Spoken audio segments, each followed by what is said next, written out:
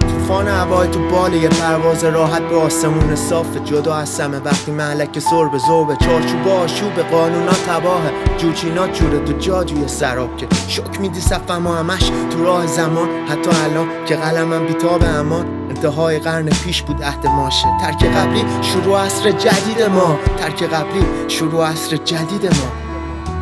نزدم دست رد به سینه، حرف که داغه میسوزه از ته دیار. خون بر پل با فشار حصار، صحنه ایزاد تو دوبوله هاست. خون میپاشه خفگی انفجار، لاله های لال بی سلاح، تلاطم چاره هاست. تو جاده نامردی پر از ادعاست، بلیط اوج به پایینا نمیدن، رحم با زخم آشنا میشه. انتها به سمت پوچی تابت میگرده، سر طولک میره داستان گیج این موجودات بود میخوان نمایش جادوگرای پست معرکه. موسا تو مخ ما سایه محفل شه، همون سر کوچ میذارن سر کوچه. اگه طعم تلخ خون میپاشه رود، تو جنگل مدام تو درگیر بشی، یا میمیری یا با خوب بگاهشون،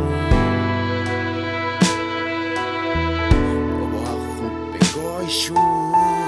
همون سر کوچ میذارن سر کوچه. اگه طعم تلخ خون میپاشه رود، تو جنگل مدام تو درگیر بشی، یا میمیری یا با خوب بگاهشون. تو تیغ انتظاری، اعتمادی بامی، حتی بعد پاشیدن تو پامین تو بدن. آره تاج سر پریودا دنبالت گشتم، این پل پدی داشت تو آغوش من. اشتهامو کردی اشتها جالبی بدون آرایشن. بله قدم ها خسته منم نادرم، نه اونا که اسمن ظاهرن. سخت وقتی هستی نیستی تو رو نمیشمارنت، وقتی تو اوج میپری بلکا فخر رو تو میشکافنت. انقدر میشکننت بشکنی تو عمل شکستن نیستی، باش بدی آسون میکوبنن و میسازنت.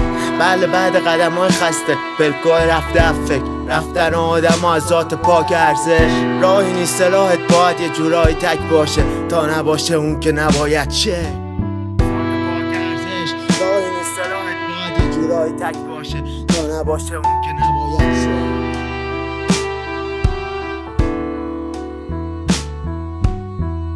پاک ارزش